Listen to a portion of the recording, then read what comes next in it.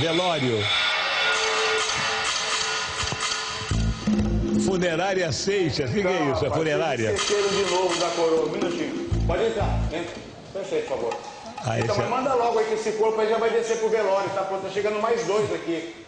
Tá bom, rapidinho. Opa. O ator que é o Nicolas? É o Marquinhos e o Nicolas? Isso, exatamente. É pra limpeza, tudo bem? Tudo bem. Eu vou na grade pegar aquela faixinha lá e já volto, tá bom? Pra limpar isso aqui? Isso, vai limpando, tá bom? Tá jóia. Falou, Fátima. Fica tranquila, viu?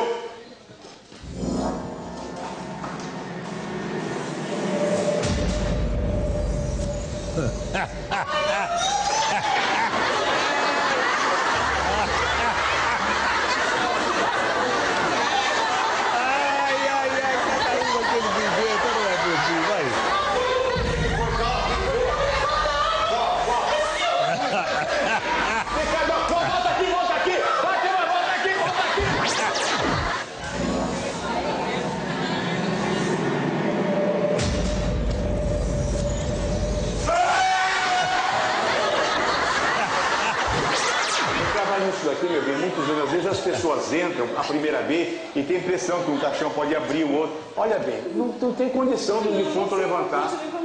Vamos fazer um teste? Vamos fazer um teste? Monto, levanta!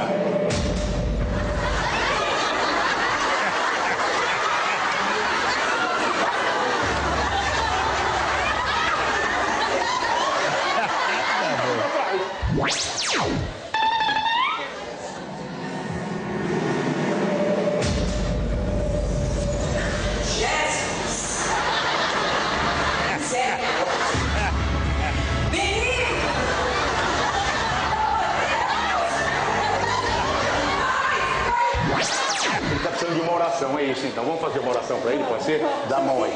Fico com você, claro. Vamos lá.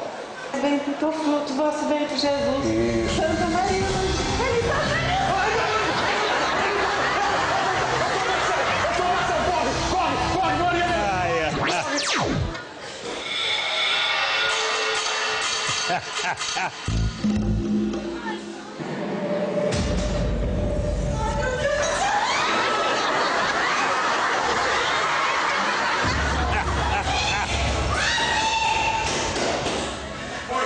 O que foi?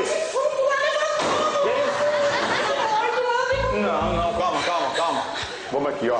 Isso aqui é uma brincadeira. É uma brincadeira. Ele não é defunto, não. Pelo amor de Deus. Você quer ver? Defunto, levanta um pouquinho, defunto. Ai, meu Deus do céu. Isso aí eu não tinha visto, não.